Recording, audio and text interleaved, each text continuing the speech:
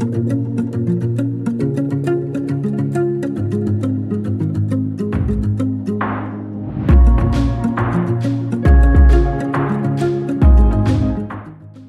à tous et bienvenue dans ce nouvel épisode d'Instant Simple, une parenthèse d'évasion. Aujourd'hui, j'ai le plaisir d'accueillir Ludivine, travel planeuse et formatrice de futures travel planeuses, pour qu'elle nous partage du coup son expérience, une expérience de vie à travers son métier, mais aussi tous ses projets de vie qui sont très nombreux. Allez, je vous en dis pas plus et je vous laisse avec la suite.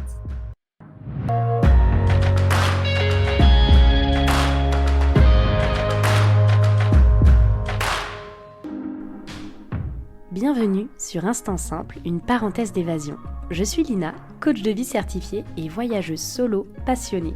À travers ce podcast, je vous propose chaque mardi un récit de voyage, une anecdote qui a été transformatrice pour moi ou l'un des invités. Le but, c'est d'aller explorer ensemble les leçons de vie qu'on a pu tirer de ces expériences, parfois un peu folles quand même. Alors si vous cherchez un podcast qui mixe développement personnel et voyage, vous êtes au bon endroit. Si ce concept vous plaît, je vous invite à soutenir ce podcast en laissant une note, un commentaire ou en le partageant à vos proches. Sur ce, bon épisode. Hello Ludivine. Salut Lina Maeva, comment vas-tu? Ça va très bien et toi? Au top. Bon, bah parfait. Merci encore. Depuis le temps qu'on en parle, là, on s'est souvent tourné autour sur les réseaux. Et depuis le temps qu'on en parle, nous voilà enfin en train d'enregistrer un épisode de podcast. Et ça me tient trop à cœur, justement, que tu sois là et de t'avoir invité. Et ben moi aussi, je suis ravie d'être là avec toi. En plus, on va parler d'un sujet qui me tient à cœur, et que j'aime particulièrement, c'est le voyage. Donc, C'est ça. hâte d'échanger avec toi. Donc, pour ceux qui ne connaissent pas Ludivine, tu es travel planeuse et tu es formatrice également. Est-ce que tu peux peut-être te présenter pour ceux qui nous écoutent? Oui, bien sûr. Alors, avant d'être travel planner et formatrice pour travel planner, je suis avant tout une passionnée de voyage, mais aussi de sport outdoor. Je pratique beaucoup de sports comme la rando, le parapente, le kitesurf, l'escalade. Bon, je sais que ce sont Génial. des sports de montagne que tu connais bien vu là où tu habites. Oui. J'adore les Alpes, les Pyrénées également, notamment. Mais voilà, c'est le voyage et c'est cette envie aussi d'apporter une autre façon de voyager, entre guillemets, au plus grand nombre, qui m'a guidée vers le métier de travel planner, qui est un nouveau métier, enfin, plus si nouveau que ça, hein, parce qu'on est début 2025 maintenant, mais c'est un Oui, métier qui est en plein développement. Je pense qu'on en parlera, bien sûr. c'est clair. C'est clair. Et du coup, est-ce qu'on peut déjà en parler? Parce que c'est vrai que moi, je t'avoue que devenir travel planner, c'est dans ma to-do list 2025, c'est dans mon vision board, c'est manifestation à l'univers. Et du coup, ça me tenait vraiment à cœur de t'interviewer à ce sujet, parce que même quand j'en parle à mes proches, à mes amis, peu de personnes connaissent encore ce métier, c'est très flou. Et du coup, je voulais voir avec toi si tu pouvais déjà nous résumer cette activité qui est, même si on est en 2025, qui peut être nouvelle pour beaucoup de personnes. Complètement. Ouais, avec plaisir. En fait, le travel planner ou la travel planner, moi j'aime bien féminiser aussi un petit peu les mots et les Ouais. métiers, surtout que c'est un métier qui aujourd'hui est exercé par une majorité de femmes. Tu vois, on accompagne principalement des femmes, on est sur 90-95% de femmes, donc c'est important quand même. Mhm. Surtout en tant que femme, moi aussi. Alors, le ou la travel planner, c'est une personne qui va apporter du conseil en création d'itinéraires de voyage. Donc, ça peut aller du conseil sur une destination, le choix d'une destination ou le choix d'une activité qu'on a envie de découvrir ou approfondir dans le cadre de voyage. Ça va aller aussi sur la recherche soit d'itinéraires, recherche de prestations de voyage. Donc, par exemple, recherche d'hôtels, recherche d'hébergement, parce qu'il n'y a pas que les hôtels dans Mhm. les hébergements de voyage, la recherche d'activités, de petites adresses, et puis la proposition d'un itinéraire complet ou pas, hein, ça dépend ce que le client a besoin, avec bien souvent la rédaction d'un carnet d'itinéraire dans lequel on a toujours plusieurs propositions. Et pour moi, le gros avantage de passer par un ou une travel planner, c'est la liberté et la flexibilité. Parce que, à la différence de ce qu'on peut avoir comme produit quand on passerait par une agence de voyage, avec un ou une travel planner, tu es libre de réserver auprès des prestataires de ton choix, donc de négocier potentiellement des conditions aussi avec eux ou avec Mhm. elles, et d'adapter le budget du voyage. Tu n'as vraiment pas quelque chose qui est pré-packagé, déjà parce que c'est interdit, c'est encadré par la loi, il faut vraiment un statut d'agence de voyage pour ça, mais surtout, ça Ok. t'apporte beaucoup de liberté. Et tu vois, moi, dans ma façon de voyager personnelle, ça me plaît beaucoup parce que, alors, personnellement et avec mon conjoint, on déteste réserver tout en avance. Ça, c'est notre façon de vivre le voyage, parce qu'on fait Mhm. beaucoup de sport outdoor et parfois, bah, tu as prévu d'aller faire une rando sur 3 jours, finalement, tu as un orage, bah, tu dois décaler. Le problème, c'est que si tu as tout réservé en amont, bah, c'est un petit peu compliqué. Et puis parfois, on arrive dans une destination ou sur un spot qu'on pensait être bien et finalement, bah, on veut le quitter plus vite ou on veut rester plus longtemps. Donc, ça apporte beaucoup de flexibilité et ça, c'est possible quand tu passes par un ou une travel planner. Ok, trop bien. Donc, du coup, si on devait vraiment dire la grosse différence, on va dire, entre agent de voyage, parce que je pense que c'est souvent un mix que les personnes peuvent faire, non? Genre, Mm.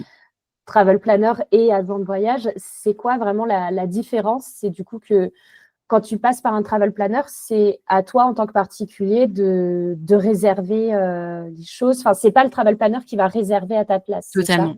C'est ça. En fait, la différence, c'est que le travel planner va créer ton itinéraire, te faire des suggestions pour les hébergements, les activités, etc. Et ensuite, c'est à toi de réserver directement auprès des prestataires. Donc, en fait, c'est comme D'accord. si la personne, le ou la travel planner va te faire tes recherches, au lieu que ce soit toi qui passes du temps. Et quand tu parles de temps pour organiser un voyage, tu le sais, ça prend pas 1 heure ou deux, ça va prendre C'est des clair. jours, des semaines. Et d'autant plus que parfois, on ne connaît pas la destination, voire on ne connaît pas l'activité. Ou alors, peut-être, c'est la première fois que tu vas voyager avec ton bébé et du coup, tu es un petit peu perdu. Donc là, le travel planner va faire toutes les recherches et te partager des conseils pour que ce soit plus simple pour toi. L'agence de voyage a un rôle différent parce qu'elle va venir gérer la relation avec les différents prestataires. Elle va venir potentiellement négocier pour toi. Alors, souvent, tout ça, c'est négocié en amont. Il y a des conditions parce que les agences ont quand même une responsabilité très lourde vis-à-vis des voyageurs. L'agence va gérer les résas, va gérer les paiements et va gérer des problématiques qui peuvent arriver sur place. Mais il y a aussi la possibilité, quand tu passes par un ou une travel planner, de faire, en tout cas, si là où le travel planner te le propose, de gérer les résas. Et donc, la personne va collaborer avec une agence dans le cadre de sa prestation de travel planner. Donc ça, c'est un truc en plus. D'accord. Moi, c'est vrai que j'aime beaucoup le mettre en avant auprès des travel planners que je forme, notamment parce que j'ai créé et géré ma propre agence de voyage. Donc, je connais bien cette double casquette. Et puis, il y a certains profils de voyageurs qui ont envie, qui n'ont pas envie déjà de gérer les résas, même si Mhm. ça peut être de la flexibilité pour certaines personnes, comme pour moi, ce n'est pas le cas de tout le monde. Elles n'ont pas forcément le temps. Et puis, il y a certaines destinations ou certaines activités où on a besoin ça peut rassurer, c'est peut-être une sécurité aussi en plus d'avoir une assistance sur place locale, ce que ne peut pas Mhm. apporter un travel planner. Donc, c'est bien important d'avoir la distinction entre les deux et sachant qu'il y a possibilité de combiner. Et d'ailleurs, tu vois, ça fait partie d'un des... Je ne vais pas parler de combat non plus, mais en tout cas, ça fait partie de ma vision du métier. J'ai vraiment à cœur de professionnaliser le métier de travel planner et de créer des collabs, des collaborations entre agences de voyage et travel planners. Ça fait partie d'un tout nouveau projet d'ailleurs que je viens de lancer. C'est génial. C'est vraiment génial. Et j'ai une question aussi. Qu'est-ce qui t'a amené à tout ça? J'imagine le goût du voyage, mais voilà, qu'est-ce qui t'a amené à choisir le chemin où tu es aujourd'hui? Ouais, ça a été un parcours d'ailleurs dans le choix de ce métier et dans ce que je fais actuellement. Je pense que globalement, la vie est un parcours et il faut parfois savoir se prêter au jeu, en tout cas, savoir voir les signes qui vont pouvoir te permettre d'aller vers ce qui te tient vraiment à cœur et ce qui est fait pour toi. Tu vois, moi, Mhm. alors, à l'époque, avant de me lancer comme travel planner, j'avais un poste de directrice d'agence commerciale. J'encadrais des commerciaux. On faisait de la vente de produits en téléphonie et cloud, etc. Donc, j'avais Ok. un très bon job avec un très bon salaire, une belle perspective d'évolution, mais je matchais pas avec les valeurs de la boîte. non, je ne sais même pas si on pouvait parler de valeur dans cette boîte. Et ça, vraiment, c'était problématique. Il y avait un autre problème, c'est que je suis quelqu'un qui est je suis assez créative. J'aime aussi mettre en application mes idées, sauf que quand tu es en entreprise, c'est pas toujours facile. Et Ouais. maintenant que je suis chef d'entreprise et que je travaille avec des gens, je comprends qu'évidemment, on ne peut pas tout remettre en question quand on arrive dans une boîte. Mais moi, ça me posait problème. Et donc, c'est ce qui m'a amené déjà à quitter mon job de directrice d'agence. Et puis, je me suis un peu cherchée. Franchement, ça a duré bien 1 an et demi avant que je sache vraiment quoi faire. Et d'ailleurs, au début, j'ai commencé par lancer un blog qui n'avait rien à voir avec le voyage. Ça s'appelait La saison en cuisine. Et en fait, à travers ce blog, je partageais... Ah ouais, non, mais rien à voir. Quoique la cuisine Non, peut mais faire il faut voyager les tester, papilles. hein. C'est ça, il faut tester. Et mine de rien, ce qui va être intéressant aussi de partager à tes auditeurs, auditrices, celles et ceux qui voudraient changer de voie, c'est que parfois, il faut s'écouter parce que grâce à ce blog, ça m'a mis sur la voie de la naturopathie parce que c'est, comme son nom l'indique, la saison en cuisine, il y avait cette envie de partager des recettes, des conseils sur la cuisine de saison. Donc, il y avait des valeurs écologiques derrière qui me tenaient à cœur. Ouais. Il y avait aussi l'envie d'expliquer pourquoi tiens tu vas consommer telle recette, tu vas consommer tel fruit ou légume. Et du coup, ça m'a naturellement mis sur la voie d'un métier qui est le métier de naturopathe. Et je me suis formée. Et c'est pendant cette formation que je me suis dit, bah, tiens, pourquoi pas proposer mes services de conseil en création d'itinéraires. Et j'avais aussi ce projet de créer des week-ends bien-être, des parenthèses de bien-être pour mêler et le voyage, la nature aussi qui me tient à cœur, bien sûr, et mon métier naturopathe. Donc, c'est vraiment pendant cette année 2018 où finalement, c'est suite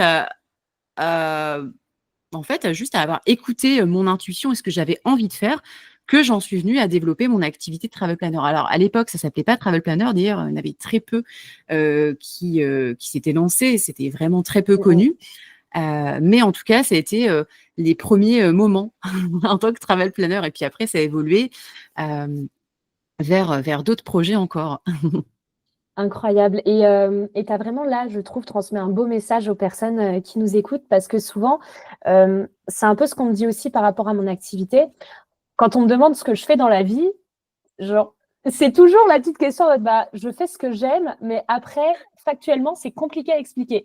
Et en fait, c'est OK, je trouve, et c'est une liberté que nous offre l'entrepreneuriat aussi, de pouvoir vraiment créer notre propre métier. On n'a pas besoin, on n'a pas à se mettre dans une case de je suis community manageuse ou je suis comptable ou je suis quoi que ce soit.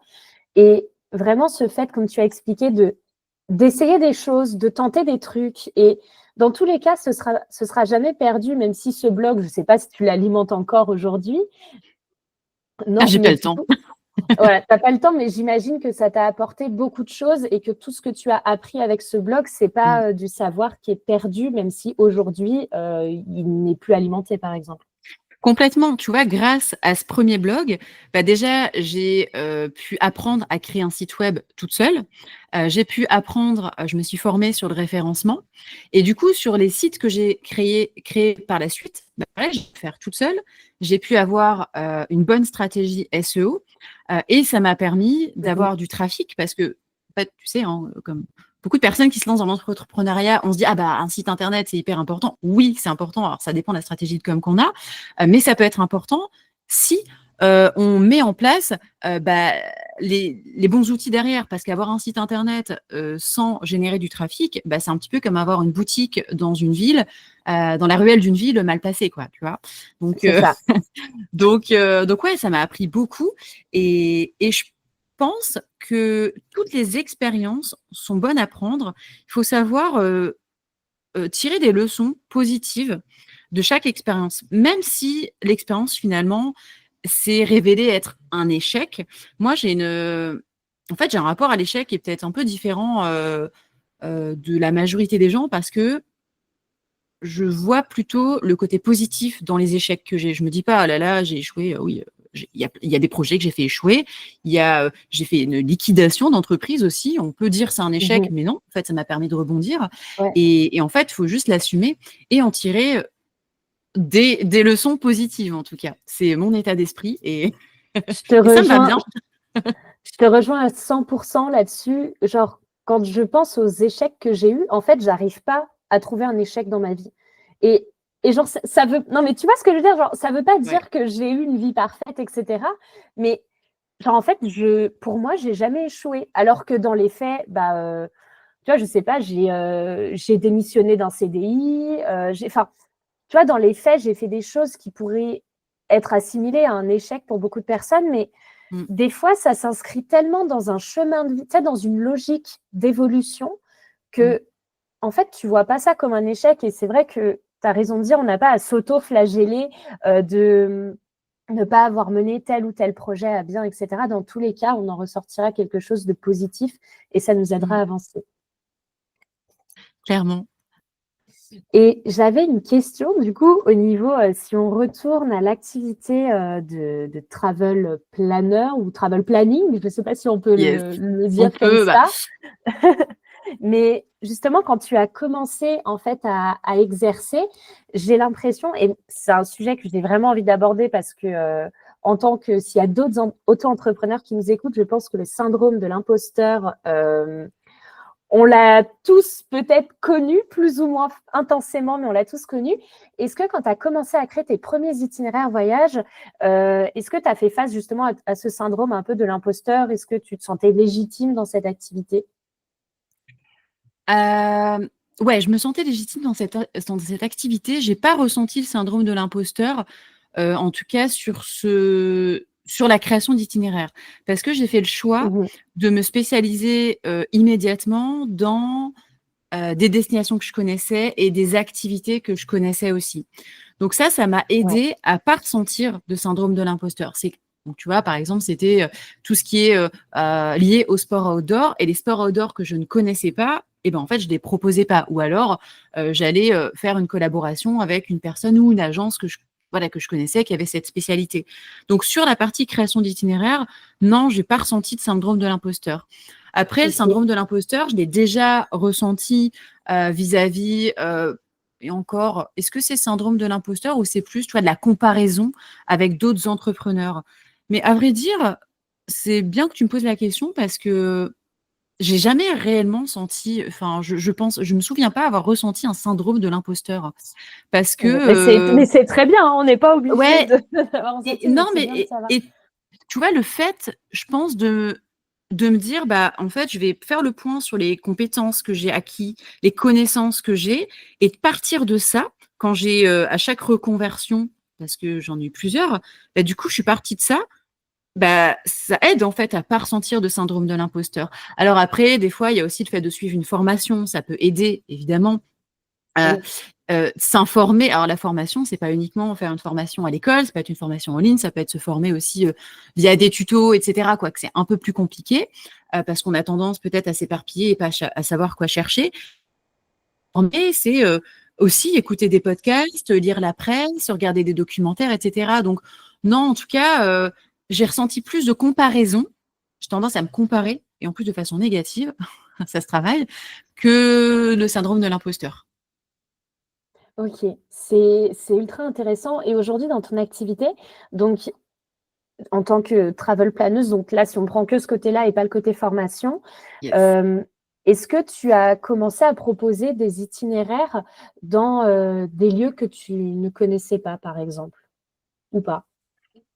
Je l'ai fait en collab, mais D'accord. moi, je le fais pas. C'est un choix parce que, surtout pour les sports outdoor, c'est Mm, compliqué d'aller proposer un itinéraire, dans un lieu que tu connais pas.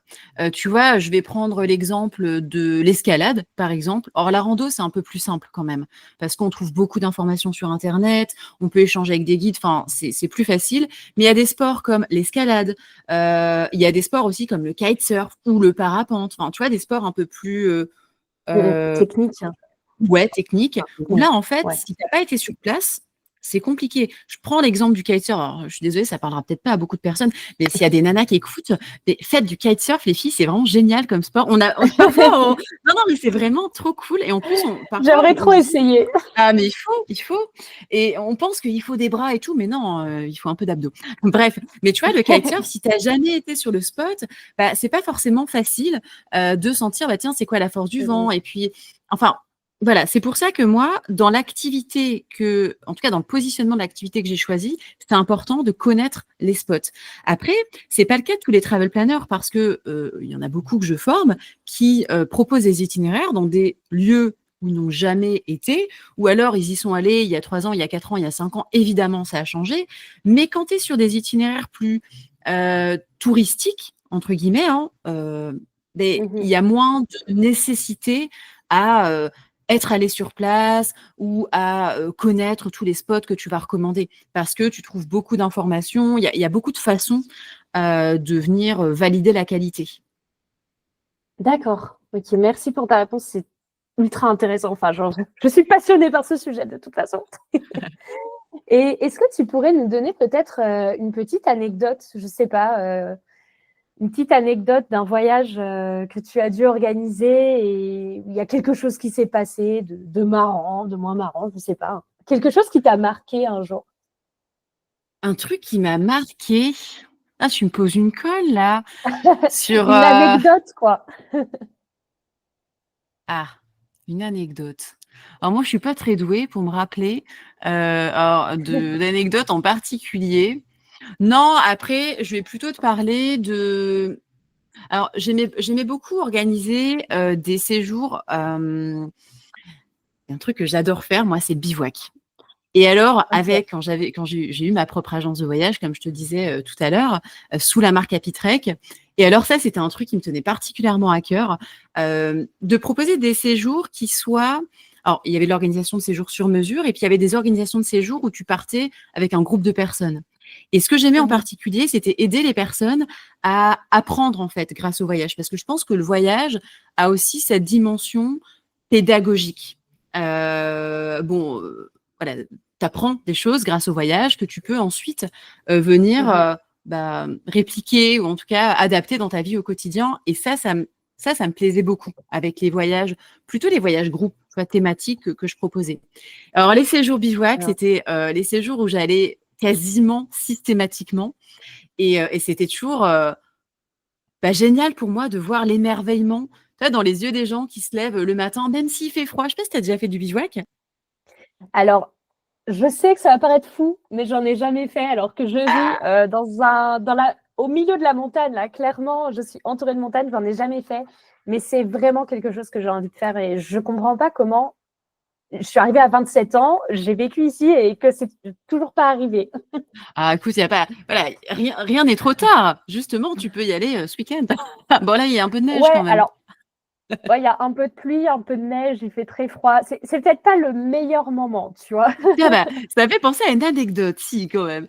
Justement, Ah, par rapport super. à ça, on avait organisé avec l'un de nos guides un séjour initiation bivouac, mais hivernal. Donc, Mhm. moi, je suis dans le sud-est de la France, et donc ça avait lieu dans le Mercantour, qui est un parc magnifique. Et du Ouais. coup, alors cette fois, je n'y étais pas allée. Alors, je sais pas si bien m'en a pris, mais alors les pauvres, ils ont eu moins 15 degrés. Oh, Et j'avais une de mon mes Dieu. copines qui a été, et elle m'a dit, ouais, franchement, c'était génial parce que tu vois, il y avait vraiment une très bonne ambiance. Le guide est top. Ils ont vécu une expérience qu'ils ne pensaient pas pouvoir vivre un jour. Tu bivouacs sous les étoiles, tu marches dans la neige avec ton Incroyable. équipement, tu montes ton campement. Enfin, c'est vraiment génial. Et puis, souvent, c'est des groupes où tu as vraiment une bonne entente, de la bonne humeur. Ça dépend aussi pas mal du guide. Et là, j'ai eu le retour le lendemain d'une de mes copines qui était partie, Karine. Elle m'a dit, ouais, c'est vrai qu'on a eu quand même froid. Le guide me l'a dit aussi. Alors lui, c'est un warrior parce qu'il a dormi dans son hamac entre deux arbres sous la Ouais, neige. Mais ouais, petite anecdote en tout cas par rapport à ça qui m'avait trop marqué. bien. Merci de l'avoir partagé. Et si on doit du coup maintenant revenir sur ton activité, à quel moment tu as décidé de faire le switch et de te dire, tiens, je vais aussi devenir formatrice? Hmm. Bah, en fait, si tu veux, c'est encore une fois par rapport au parcours. Parce que, comme je te disais, je suis devenue travel planner donc 2018. OK. 2019, 2019, ça a aussi été une année assez marquante parce que j'avais repris un job de salarié. Parce qu'au début, alors quand tu lances ton activité, au début, c'est quand même compliqué d'avoir un salaire décent. Alors ça dépend en plus où tu habites. Hein. J'habite pas dans la Creuse, j'habite, comme je te le disais, dans le sud-est et sur la Côte d'Azur. À Nice, ça coûte super cher Ouais. de se loger, etc. Donc voilà, j'avais repris un job et finalement, bon, j'avais plus du tout envie d'être salariée. Je suis pas allée au burn-out, mais en tout cas, j'étais vraiment pas bien. Et donc, j'ai tout arrêté. Je me suis dit, bah non, allez, je me lance à fond dans ce métier qui me plaît. Et du coup, j'avais pas arrêté, hein, mais j'ai repris, on va dire, du poil de la bête sur ce métier-là. Et j'ai décidé de lancer un autre projet en parallèle qui était avec Happytrek, hein, donc qui est une marque que j'ai lancée en 2019. J'ai Mmh. lancé un double concept qui était une plateforme de partage, ce qu'on peut appeler une marketplace, qui permettait de trouver des séjours bien-être et outdoor organisés par des organisateurs indépendants, donc des Génial. travel planners indépendants. Et du coup, double concept, puisque j'ai en parallèle créé ma propre agence de voyage. Bon, agence de voyage que j'ai obtenu une immatriculation comme agence de voyage en mars 2020. Hein, c'était très bon timing. Ah. En plein Oui. Covid, je te raconte pas ouais, comment c'est. L'état d'esprit était quand même Ouais, c'est compliqué. ouais, bien le moral dans les baskets, mais finalement, ayant un positionnement sur le bien-être, la pleine nature, les sports outdoor, en fait, bah, on a fait partie des rares agences qui ont bien fonctionné pendant la période Covid, en tout cas.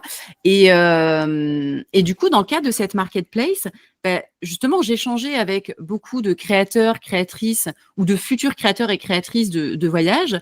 Et parfois, il y en a qui me demandaient des conseils. Alors, au début, bah, je partageais avec le cœur des conseils gratuitement, mais sauf qu'au bout Mmh d'un mh. moment, bah, ça prend du temps.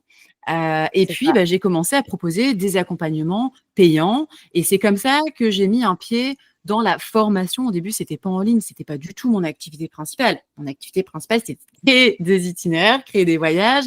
C'était aussi de développer la marketplace, de développer et de gérer l'agence. Donc, c'était déjà beaucoup. Et en fait, en 2022, début 2022, je me suis dit, mais comment je peux développer davantage la marque bon, j'avais plusieurs possibilités. Hein. Il y a la première possibilité qui était d'aller lever des fonds, faire une levée de fonds auprès d'investisseurs.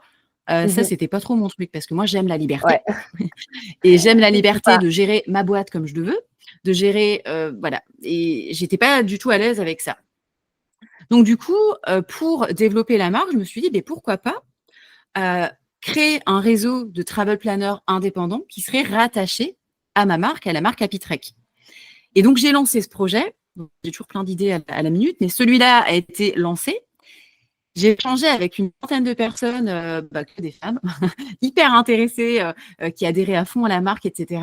Et en fait, je me suis rendu compte qu'elles avaient toutes, quasiment toutes, besoin d'être formées au métier parce qu'elles ne connaissaient pas le secteur du tourisme, pas la réglementation, pas comment créer avec professionnalisme un séjour, comment fixer ses tarifs, comment faire de la com, etc.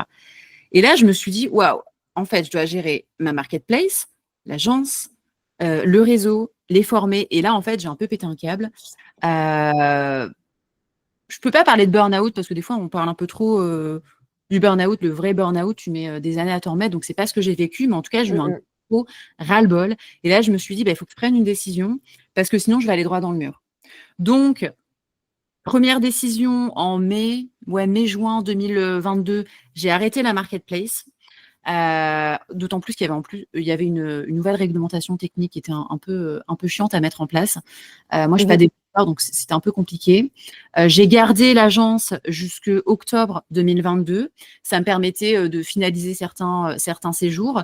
Et puis, j'avais justement développé aussi une partie séminaire, donc ça me permettait de gérer ça. Et puis 2022, j'ai dit non, stop, j'arrête ça aussi. J'ai gardé mon activité de travel planner, mais du coup, j'ai rebasculé en micro-entreprise. Euh, OK.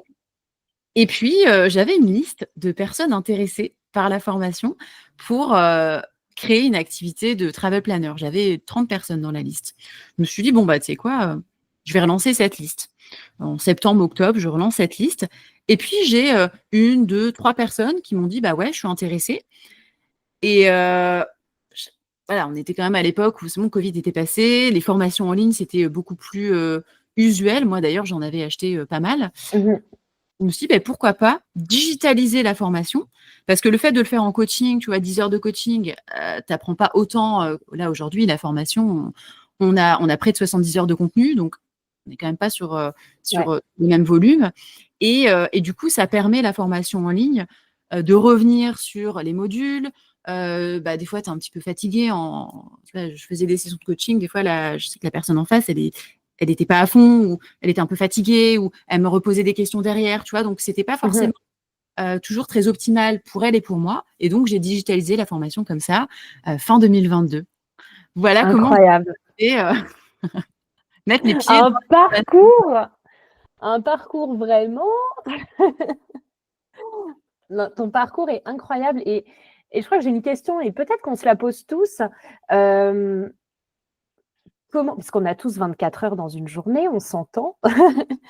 Euh, Est-ce que toi, tu as une stratégie pour t'organiser au quotidien, pour prioriser tes tâches, parce que en tant que je sais qu'il y a beaucoup d'entrepreneurs qui nous écoutent aussi ici, ou des personnes en tout cas qui ont toujours plein de projets sur le feu, même Mm. si je suis nulle en cuisine, voilà, j'utilise quand même la métaphore de la cuisine.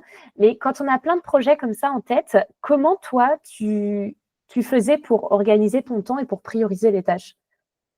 Ça, c'est un gros sujet. Et Ouais, d'ailleurs, c'est c'est vrai toujours qu'on pourrait en encore. faire un épisode. Ouais, et puis c'est toujours encore problématique parce que parfois j'ai une idée et j'ai encore du mal à ne pas me lancer dans l'idée. Parce que Ok. je suis quelqu'un qui aime beaucoup passer à l'action. D'ailleurs, c'est aussi ce que je transmets à nos travel planners. Euh, et ça peut être problématique parce que le fait de te lancer toujours dans des nouveaux projets, sans attendre de valider est-ce que c'est OK, est-ce que j'ai vraiment tous les tenants aboutissants, ça peut te faire perdre du temps. Encore, hein, en 2024, j'ai perdu du temps sur certains projets qui n'ont pas été concluants, qu'on pourrait considérer comme des échecs, mais c'est pas le cas. On apprend que non, il faut plus. Donc ouais, donc je suis pas parfaite sur ça. Je sais que j'ai une grosse force de travail.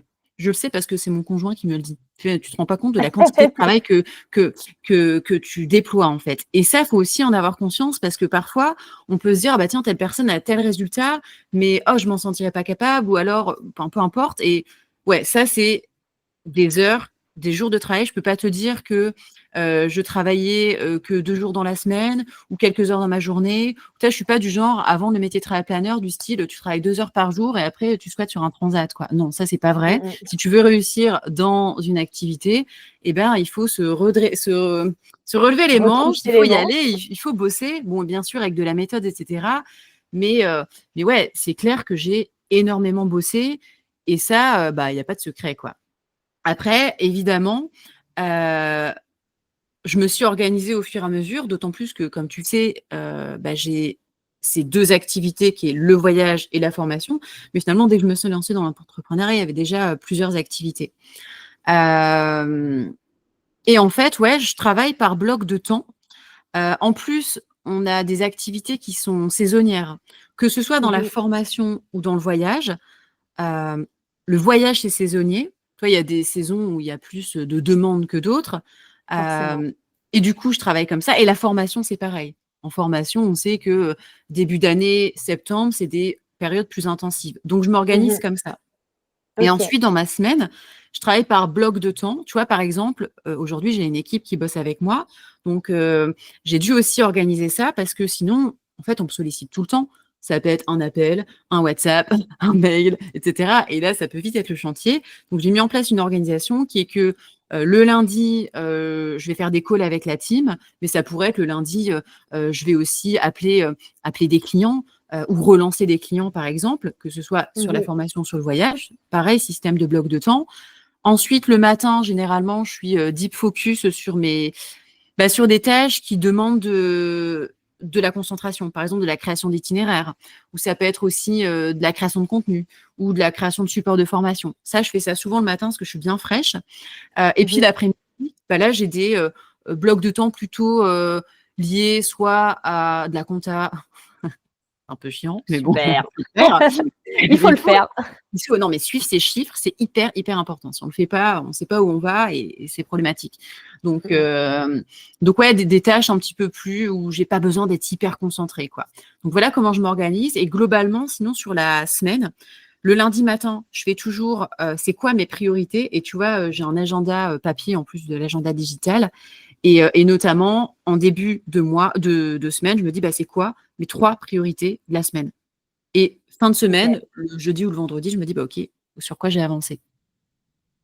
trop bien. Merci pour ce partage parce que je trouve que c'est important aussi de dire aux gens que c'est OK de ne pas être productif tous les jours et surtout au même Ouais. moment. Et moi, ça a été une grosse difficulté quand je suis passée auto-entrepreneuse. C'est que j'ai mis longtemps à me déculpabiliser que le 8h, 18h, c'était pas fait pour moi. Et, euh, et tu vois, j'étais là en mode le matin, je suis pas productive, j'y arrive pas. Du coup, aujourd'hui, c'est OK. Je commence à bosser à 10h, 10h30. Et je termine mon taf, on va dire, à 15h. Et puis, des fois, je vais reprendre dans la nuit, enfin, dans la nuit, peut-être de 19h à 21h parce que je vais avoir un pic de productivité. Enfin, Ouais.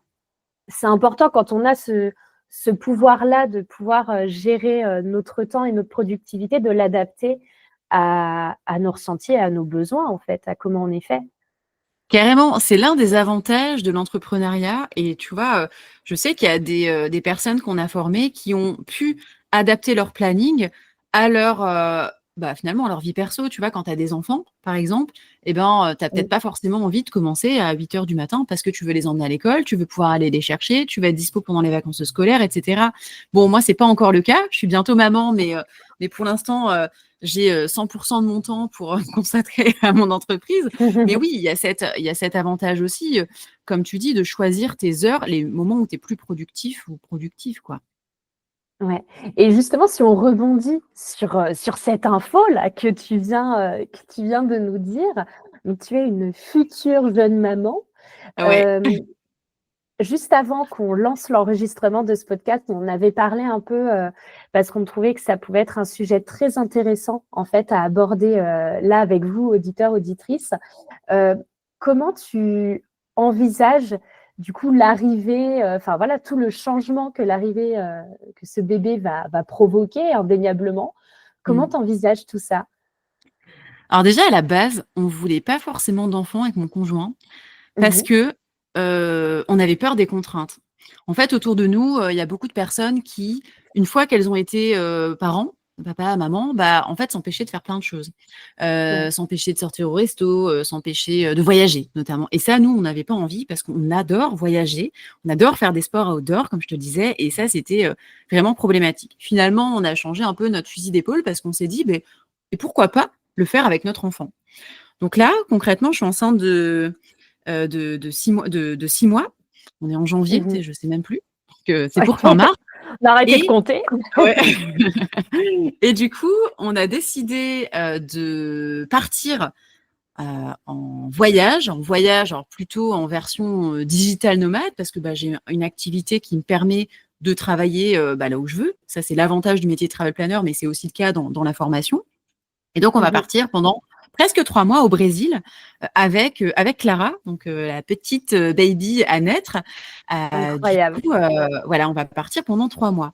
C'est possible aussi parce que mon conjoint alors ça fait des années, que je le tanne, hein, parce que je dis: «Ah ouais, moi, bah, j'ai un métier qui me permet, de voyager et c'est vrai que bon, bah, avec toi, c'est pas trop possible». Bon, Genre faut savoir qu'il message est subliminal. ouais, pas que subliminal, tu vois? Ouais. Non, non, ça a été, un peu problématique d'ailleurs, dans notre couple, mais bon, il est fonctionnaire, donc il avait déjà quand même pas mal de congés. En plus, à un moment donné, il avait pris une année sabbatique, tu vois? Donc on avait déjà quand même bien le voyage ancré dans notre couple. Mais Mhm. là, il a pu prendre ce qu'on appelle un mi-temps, j'allais dire thérapeutique. Non, un mi-temps annualisé, donc c'est possible dans la fonction publique et Ok. donc du coup, ça va nous permettre de voyager 5-6 mois dans l'année et on va le faire avec notre bébé, et quand on parle autour de toi, les gens te disent: «Ah ouais, tu vas faire ça? Mais si jamais il se passe si» bon bref. Hem, voilà, nous on prend le pari de le faire, de faire les choses à notre façon, de pas s'empêcher de Mhm. vivre. Après, ça veut pas dire qu'on va faire n'importe quoi, ça veut pas dire qu'on n'est pas prévoyant. Là, on a déjà, Tu vois, on va notamment voyager avec une assurance voyage, ce que je fais pas forcément quand je pars à l'étranger toute seule, mais avec le bébé, c'est mieux. On a déjà trouvé le logement, enfin, tout est prêt et on fait en sorte que de choisir là, on choisit une destination qu'on connaît. On y a déjà été plusieurs fois, Mhm. on a des contacts sur place pour le Brésil. Après, on choisira sans doute d'aller destinations comme Bali, pareil, des destinations safe avec la baby, parce que on ne sait jamais ce qui peut se passer. Mais on s'empêche pas de vivre la vie qu'on a envie de vivre parce qu'on va devenir parent. Et, et en plus, c'est des valeurs importantes que je veux lui transmettre en tant que, en Mhm. plus, voilà, future femme, quoi. Ah, moi, je suis assez C'est féministe, ça. donc tu vois, ça me tient à cœur. Dire, voilà, dans la vie, quand on veut, on peut. Parfois, bah, tu vas galérer, mais si tu veux vraiment atteindre bah, un objectif, il faut t'en donner les moyens, en fait. Et pas écouter Pierre Paul Jacques qui te dit ceci, cela, leur peur. Tu vois, notamment si on écoutait nos parents, bah, en fait, on Ah, mais partirait là, pas, quoi. Ouais, ouais, non, mais c'est. Et des fois, tu vois, c'est valable quand tu veux faire un voyage, quand tu veux faire un projet, en fait, qui sort un peu du commun. mhm. Bah, des fois, tu as tes proches qui peuvent être des super soutiens. Et parfois, en fait, quand tu les écoutes, bah, tu fais rien. Moi, j'ai des super parents, je les adore pour plein d'aspects. Il y a des fois dans ma vie où je me suis empêchée de faire des choses, notamment des voyages, de voyager seule, Mhm. parce que ah oui, mais comment tu vas faire et ça me fait peur et nanana. Et du coup, moi, ils me mettent leur peur dans la face C'est et ça. ben du coup, je l'ai pas fait. Bon, maintenant, j'ai grandi, j'ai 35 ans, je vais être maman et donc je dis non, mais c'est ma façon de voir ma vie en fait et je vais designer ma vie comme je le veux et personne d'autre va me dire ce que je dois faire. Mais ça aussi, c'est un parcours. C'est pas toujours facile et ça prend du temps en fait. Ça m'a pris 35 ans quoi. Ouais. Et c'est ultra intéressant justement d'être capable de reprendre le pouvoir sur son libre arbitre en fait Mm. et de se dire genre je suis capable. Et du coup, quel conseil tu donnerais à des personnes, parce que alors j'en connais une flopée, je pense qu'on en voit tous les jours, des gens qui ont des rêves absolument incroyables, qui ont des projets très très beaux, mais Mm. qui rajoutent toujours, et c'est ce que je dis, genre qui rajoutent toujours un mais quand ils t'en parlent en fait. Et pour eux, c'est des excuses vraiment valables, tu vois. Genre, non mais oui, moi aussi j'ai envie, ah mais moi aussi je veux faire comme toi, là je veux partir en Asie, etc. Ça a l'air incroyable, mais pas tout de suite parce que j'ai pas le temps, j'ai pas l'argent, j'ai pas ci, j'ai pas ça, j'ai trop de ci, j'ai trop de ça. Quel Mm. conseil tu donnerais à quelqu'un pour se lancer, que ce soit dans un voyage ou Mm. dans son projet? Bah, je pense qu'il y a deux choses. Tu vois, j'ai une copine, pareil, qui me dit ah ouais, mais j'aimerais trop faire comme toi. Je sais que si je me lançais, je pourrais, mais bah. Ouais, mais en fait, si c'est vraiment important pour toi, tu te mets en action, en fait. Donc peut-être que parfois, en fait, je pense qu'on imagine que le projet ou la vie d'une personne, notamment avec les réseaux sociaux, on se dit ah, j'aimerais bien avoir sa vie. Mais Mhm. concrètement, c'est pas notre rêve.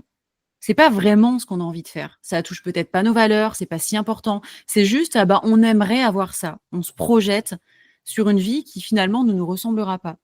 Donc, je pense que dans un premier temps, ce qu'il faut, c'est se reconnecter à soi.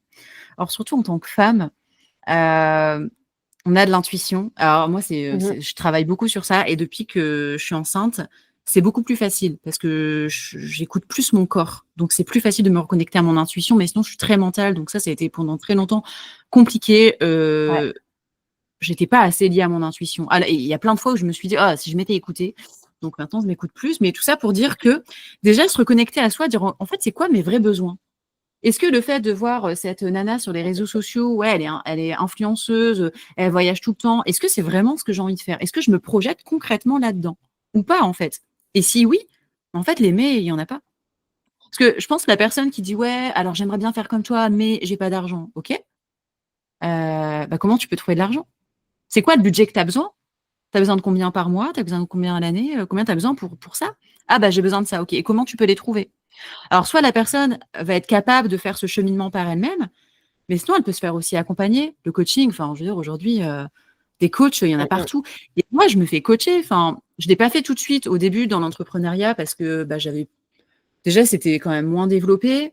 Le coaching, tu vois, 2018-2019, on en entendait quand même moins parler parce que j'avais Ouais, pas c'est vrai. forcément pas envie de consacrer du budget à ça. Mais depuis que je me fais coacher, tu vois, j'ai commencé bah, en 2022, tiens, là où tout s'est Mhm. débloqué, cruellement. Ça m'a vachement aidée, en fait. Parce que parfois, il faut avoir une personne en face de toi qui te rentre un peu dedans, qui te remet en question, qui dit: «OK, tu as ce projet, mais OK, tu pas le budget, mais tu as des enfants, mais tu as ci, mais tu as ça». Ouais, mais si c'est vraiment important pour toi, est-ce que déjà c'est vraiment important pour toi? Et si ça l'est vraiment, comment tu vas mettre en place un plan d'action pour y arriver, en fait? Mmh. Donc ouais, du coup, conseil, pour les personnes qui ont du mal à se lancer, c'est déjà un, se reconnecter à soi, et 2, bah, se fixer un objectif. Un objectif qui est aussi réaliste. OK, un objectif, c'est quand est-ce que je veux le faire? Comment je veux le faire? De quoi j'ai besoin? Et si c'est trop compliqué, parce que l'entourage ou ci ou ça, bah, faut pas hésiter à se faire accompagner. Et en fait, parfois, tu peux prendre une coach, 1 heure, 2 heures, 3 heures. Oui, c'est un budget, mais c'est quoi le prix de tes rêves, en fait? Si vraiment ça te tient à cœur, c'est pas 150 ou 200 € qui vont te bloquer, hein. Et tu vois, c'est Mmh. pour ça aussi que dans la formation de Travel Planner que je propose, hem il y a la possibilité de se faire accompagner par une coach, alors business, hein, pro, diplômée, expérimentée, qui sont toutes top, hein, parce que je les connais toutes personnellement, elles sont géniales. Et ça permet aussi aux personnes qui se lancent, qui ont parfois des barrières limitantes, enfin des croyances limitantes, des barrières, des choses comme ça, d'arriver à aller au-delà. Parce que les coachs, elles sont formées à ça, à dire: «OK, OK, tu as telle croyance, bah, je vais t'aider à la balayer». Donc Trop voilà ce bien. que je peux te partager comme, petit conseil, quoi.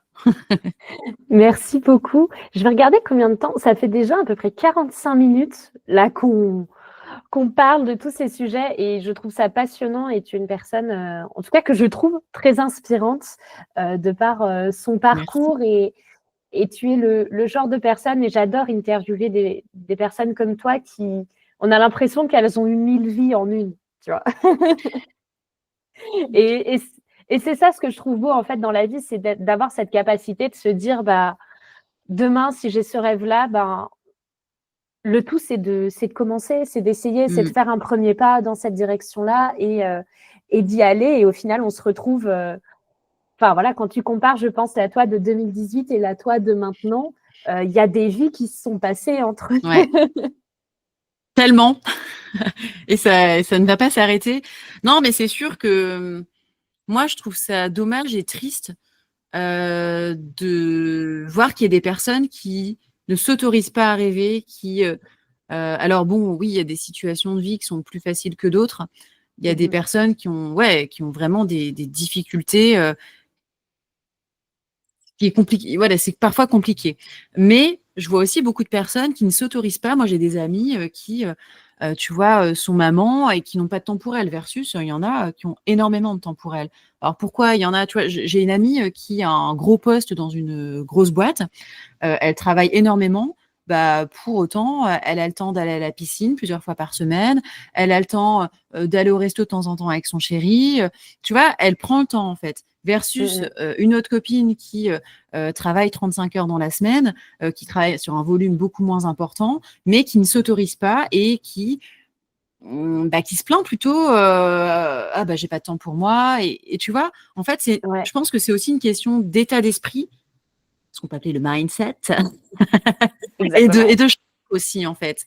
Reprendre, hem, le pouvoir un peu sur sa vie et sur ce qu'on a envie de faire de sa vie. Parce que je sais pas si il y a pas dans un bouquin là, je sais pas, une infirmière ou un infirmier qui a écrit un bouquin qui, retrace en fait, les plaintes, on va dire, les regrets plutôt, des, personnes en fin de vie. Ah ouais. Il accompagnait, des personnes en fin de vie, en fait, je sais pas, en maison de retraite ou à l'hôpital, et il y avait, 5 regrets, je crois que c'est un bouquin. Bon, je saurais pas te dire le nom, mais ça, c'est assez intéressant de se dire: «Bah, OK, en fait, en fin de vie, je vais regretter quoi si je me retourne?» Et moi, je me suis toujours dit, après, c'est ce qui fait aussi que je vais vers mes rêves et mes projets. Je me suis toujours dit: «Je ne veux rien regretter». Vraiment, je sais pas, j'avais, 14-15 ans, je me disais ça. Et forcément, ça m'aide. Alors après, de quoi je le tiens, je sais pas, hein. Je pense que c'est mon éducation aussi qui aide. Mais, ouais, ça m'a beaucoup, inspirée. Merci, merci pour ce partage et pour clôturer l'épisode, est-ce que tu as une dernière chose à dire? Est-ce que tu veux parler aussi un peu de ta formation, de où est-ce qu'on peut aussi te retrouver, sur les réseaux, même si je mettrai tout dans la barre de description de toute manière? Yes.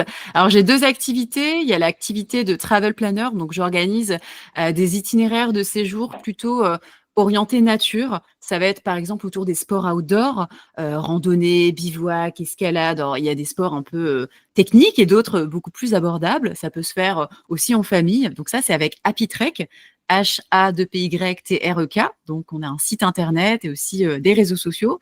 Et puis après, il y a la partie formation, c'est la Happy Travel Academy, hein, donc ça vient d'Happy Trek. Et donc Mhm. là, on propose, alors c'est un organisme de formation, on a la certification Calliope, on a fait les choses bien, hein, et pour le coup, il y a aussi le site internet et sur Instagram, c'est Devenir Travel Planner.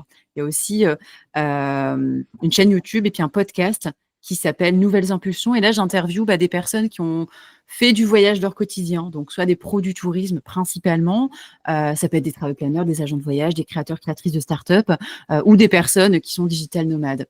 Donc voilà, il y a Super. toutes ces façons de nous retrouver. Trop bien. Eh bien, merci beaucoup en tout cas d'avoir accepté cette interview sur ce podcast Instant Simple. Et puis, il me semble que je vais peut-être bientôt apparaître aussi Oui, dans Nouvelle Impulsion. yes, et ben en tout cas avec plaisir pour échanger sur ton parcours qui est riche aussi. Merci Lina Maeva pour ton invitation. Merci à toi, Ludivine. À bientôt.